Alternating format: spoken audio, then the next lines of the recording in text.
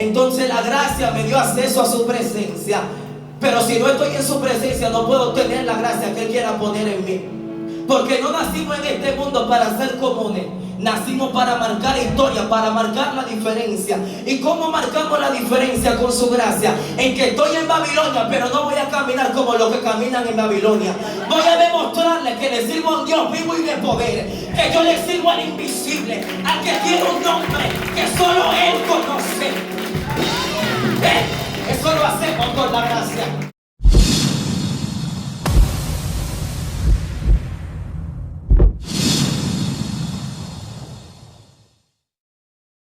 Vamos a buscar en la palabra inmediatamente. Libro de Efesios capítulo 2 versículo 5. Vamos a estar hablando, leyendo la palabra ahí que el Señor tiene para nuestros corazones en esta noche. Efesios capítulo 2 versículo 5. Bendito sea el nombre del Señor. Entonces vamos a leer en el nombre del Padre, del Hijo y del Espíritu Santo. Amén. En el nombre del Padre, del Hijo y del Espíritu Santo. Amén. Dice así: aun estando nosotros muertos en pecados, nos dio vida juntamente con Cristo. Por gracia sois salvos, y juntamente con Él nos resucitó, y asimismo nos hizo sentar en lugares celestiales con Cristo Jesús, para mostrar en los siglos venideros las abundantes riquezas de su gracia y su bondad para con nosotros en Cristo Jesús. Por gracia sois salvos, por medio de la fe, y esto no de vosotros, pues es don de Dios, no por obras, diga no por obras, para que nadie se gloríe, porque somos hechura suya, creados en Cristo Jesús para buenas obras, las cuales Dios preparó de antemano para que anduviésemos en ellas. Amén. Denle un aplauso a la palabra del Señor. Puede sentarse. Agradecemos al Espíritu Santo de Dios. Vamos a estar hablando en esta noche bajo el tema El cabot de la gracia. Aleluya. Bajo el subtítulo Aferrados a su presencia. Y usted se preguntará qué significa la palabra cabot. La palabra cabot es la palabra en hebreo que significa en español gloria, pero específicamente significa peso. Entonces lo que usted está viendo aquí que dice el cabot de la gracia, realmente traducido al español la palabra cabot es el peso de la gracia. Y quiero hablar en esta noche de este tema porque es un tema que el Espíritu Santo ha ministrado mucho en mi corazón. Ha ministrado mucho en mi interior con este tema. Es un tema poderoso y nosotros podemos pensar lo que la palabra de Dios nos está hablando en esta noche. Cuando usted entra en el libro de Efesios capítulo 2, lo primero que le va a aparecer es un tema relacionado con la gracia. Dice salvo por gracia. Y cuando estábamos leyendo la palabra en esta hora, podemos ver que la palabra que decía salvo por gracia fue repetida 2 veces. La primera vez que se pone, la pone entre paréntesis. Y cuando algo se pone entre paréntesis, algo que está llamando la atención, o sea, es algo que quieren que las personas se centren, le llame la atención lo que están leyendo. Por eso lo pone entre paréntesis. Pero luego más abajo, cuando estamos leyendo, podemos ver que vuelve y lo repite: salvos por gracia. ¿Y qué es la gracia? Es el regalo inmerecido. Es eso que no podemos comprar ni podemos ganar, pero el Señor decide darle a su iglesia, a sus hijos, a los que le aman. ¿Y qué podemos ver con la gracia? Que la gracia es algo que nosotros, como le estaba diciendo, no podemos comprarla ni obtenerla por un sacrificio, por una obra, pero el Señor se la da a quien Él quiere, cuando Él quiere, en el momento que Él quiere. ¿Saben por qué? Porque el Señor es Dios y a Él nadie le puede ordenar. Dice en la palabra que Él tiene misericordia de quien Él quiere tener misericordia. O sea, yo no puedo forzar al Señor para que me dé su gracia. Si Él me da su gracia es porque ese es su placer, es porque eso le place a Él. ¿Y qué sucede? Que la gracia es esto, un regalo inmerecido, algo que no podemos comprar, pero que es invaluable. O sea, el precio de la gracia es demasiado alto, no cualquiera la puede obtener. Pero cuando el Señor decide poner su gracia sobre alguien, créame que lo que viene es muy fuerte. Entonces, ¿qué sucede? Que para el Señor dar la gracia no hay que hacer nada, pero para recibirla hay que tener ciertos puntos. Con un corazón altivo yo no puedo recibir la gracia. Si me falta humillación, yo no puedo recibir la gracia. Si yo no tengo fe y no creo en el nombre del Señor, yo no puedo recibir la gracia. Entonces, para Él dármela no tengo que hacer nada, pero para recibirla en mí no la puedo recibir simplemente ahí, la gracia está ahí. Tengo que estar consciente de lo que estoy recibiendo. Y cuando hablamos de la gracia es algo tan fuerte que el Espíritu Santo comenzó a ministrarme tanto con este tema. Y le pregunto, ¿cuáles fueron las primeras personas que experimentaron gracia? Y cuando nos vamos a la palabra, Adán y Eva fueron las personas que hicieron muchas cosas de primero. Pero cuando vemos en la palabra, fueron los primeros que experimentaron gracia. ¿Sabe por qué? Porque en el momento que se rebelaron contra Dios, que desobedecieron, que lo que mereciera muerte, el Señor cubre la desnudez de su vergüenza. Y eso hace el Señor con nosotros. En el momento que lo que merecemos es un castigo muy fuerte, Él tiene misericordia. Ellos desobedecieron el mandamiento de Dios. No se suponía que el Señor tenía que tener misericordia de ellos, porque el mandamiento fue claro. Todo lo que está en el huerto lo pueden tocar, pero del árbol del conocimiento, ese árbol que ven en el centro del jardín, no lo pueden tocar. El mandamiento fue claro. No fue que Dios dijo la cosa enredada, fue claro. Y ellos aún así pecaron y ofendieron al Señor. Y cuando comen de este árbol, ¿sabe lo que pasó? Todo el mundo se sabe la historia. El conocimiento del hombre fue abierto. Y ellos se dieron cuenta que no estaban con ropa, sino que estaban desnudos. Entonces sus ojos fueron abiertos y ellos miran su desnudez. Y en la misericordia de Dios, mostrando su gracia, ¿saben qué pasa? Que cubre su desnudez. Los primeros animales que se mataron ¿para qué? Para cubrir la desnudez del hombre, para cubrir la vergüenza del hombre. Porque usted ve una gente vagabundo andando por la calle desnudo, ahora es una vergüenza.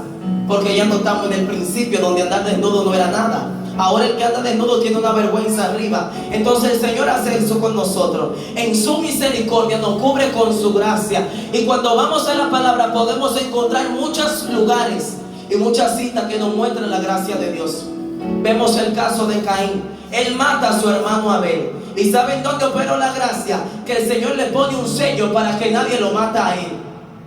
¿Qué sucedía? Que él lo que merecía era muerte, porque él había matado a su hermano. Y lo que merecía era ser destruido. Pero el Señor le pone una señal en su frente para que nadie lo mate a él. Y el que lo mate va a tener consecuencias más grandes que lo que él hizo.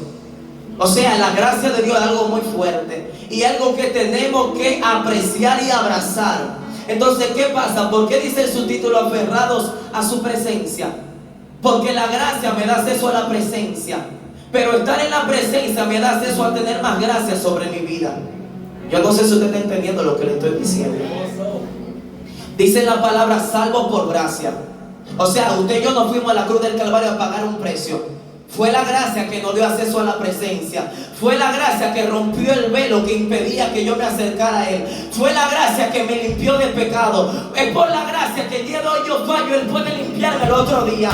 Y no tengo que quedarme en la misma posición de pecado, en la misma condición de maldiciones. En la cruz Él llevó todo lo que se levantaba en mi contra y lo sometió a la obediencia a Cristo. Entonces la gracia me dio acceso a su presencia. Pero si no estoy en su presencia, no puedo tener la gracia que Él quiera poner en mí. Porque no nacimos en este mundo para ser comunes. Nacimos para marcar historia, para marcar la diferencia. ¿Y cómo marcamos la diferencia? Con su gracia. En que estoy en Babilonia, pero no voy a caminar como los que caminan en Babilonia. Voy a demostrarles que le sirvo a un Dios vivo y de poder. Que yo le sirvo al invisible, al que tiene un nombre que solo Él conoce. Eso lo hacemos con la gracia. Cuando aportamos la gracia de Dios, le decimos a los que son de la gente del rey: óigame, cómanse la comida y el banquete que yo voy a comer. La comida que ustedes dicen que no me fortalece, eso yo lo voy a comer. Yo no me voy a contaminar con esa comida. ¿Por qué? Porque yo no soy normal. Yo no soy normal, yo soy sobrenatural. Y lo que me encanta de lo sobrenatural del Señor, que lo sobrenatural de Dios es para nosotros, pero esa es su naturaleza. ¿Usted no me está entendiendo? La naturaleza de Dios, ¿cuál es? Hacer milagros y proezas, caminar sobre las aguas, sanar a los enfermos, devolverle la vista al ciego. Nosotros lo vemos sobrenatural, pero esa es su naturaleza, porque Él nunca ha sido normal. Y hay gente que se sorprende con lo sobrenatural de Dios, pero es que mi Dios así opera. Shanda la maquia, así opera mi papá. Entonces la gracia me va a dar a mí la calificación para estar en un lugar donde se pensaba que yo no calificaba para estar. Eso hace la gracia.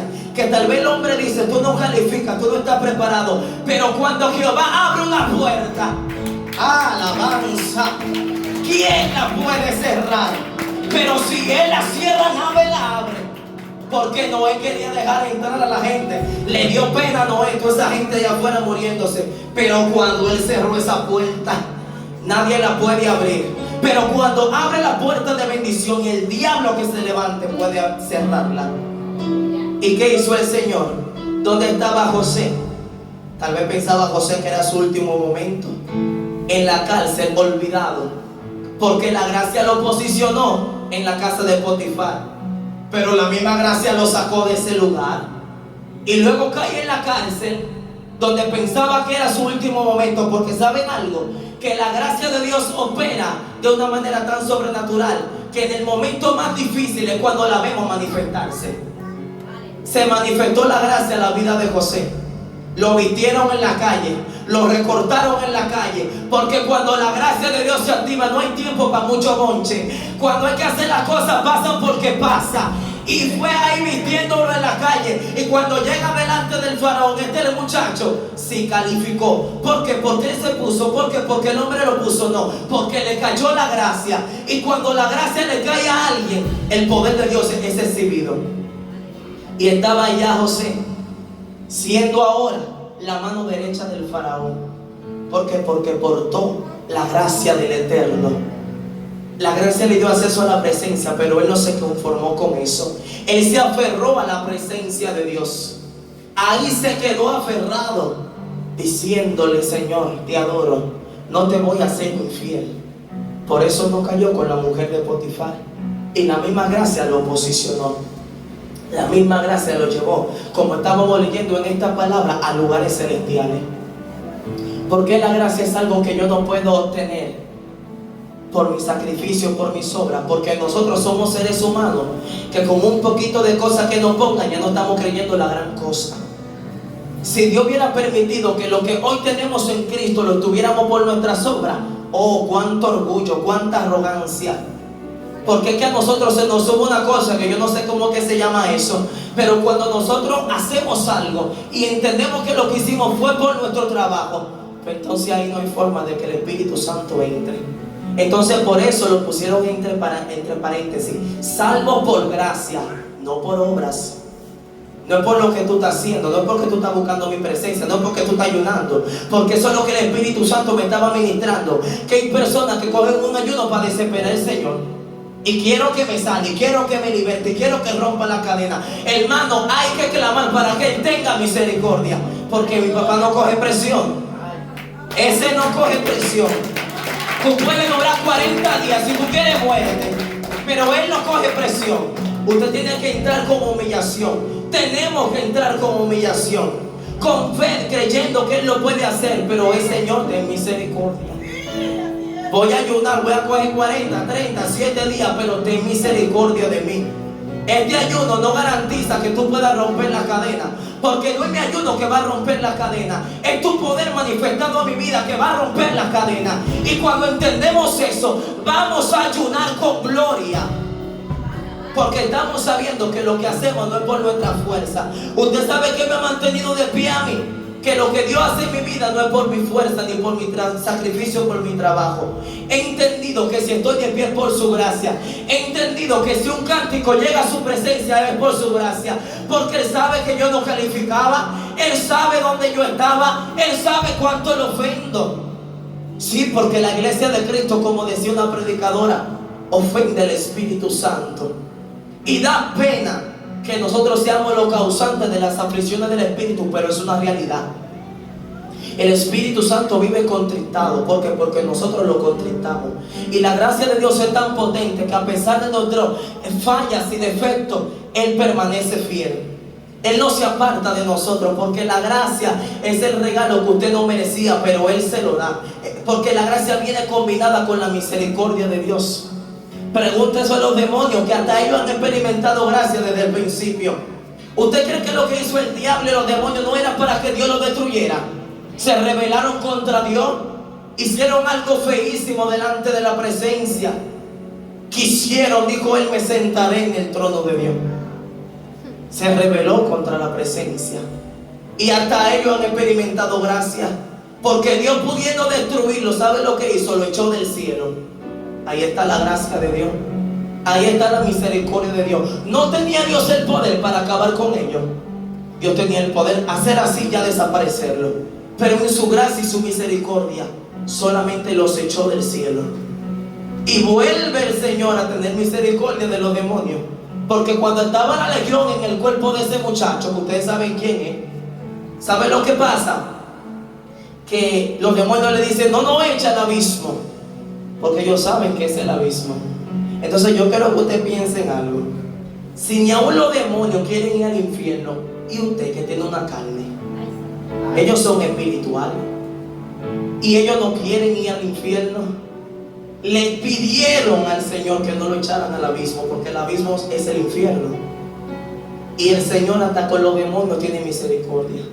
Le dio permiso para que entraran en los cerdos. Eso es lo que vengo a hablar en esta noche. Que la gracia de Dios es tan pesada que no importa quién sea, en la posición que esté, cuando se revela sobre la vida de alguien, nadie puede detener eso. Nadie puede detenerlo. Porque mucha gente se sorprendieron cuando me vieron que yo era cristiano. Cristiano tú, tan malapalabroso, tan malcriado, te doy una semana. Así me dijeron. Claro, porque para el mundo usted no califica, pero dentro del reino de Dios ya usted calificó. Porque sabe algo que yo sé y que usted sabe también, es que de usted se escribieron en el cielo. De la vida de usted se escribió. Aunque usted camine así como que no tiene propósito, de usted se escribió. Y llegará el día en que ese propósito que Dios escribió de usted se va a cumplir aquí en la tierra. Y eso fue lo que pasó conmigo. Que la gracia de Dios se reveló en el momento que yo menos pensaba. Es maravilloso ver cómo mi papá entra. Es maravilloso ver cómo Él actúa a favor de las vidas.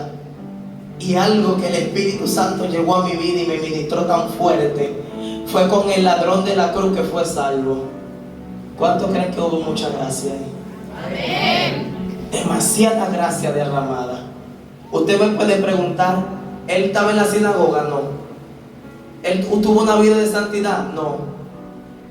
¿Él agarró y vivió de la manera que Dios quería? No. Su vida fue robar y matar. Esa fue su vida. Pero ¿saben por qué alcanzó gracia? Porque reconoció la persona de Dios.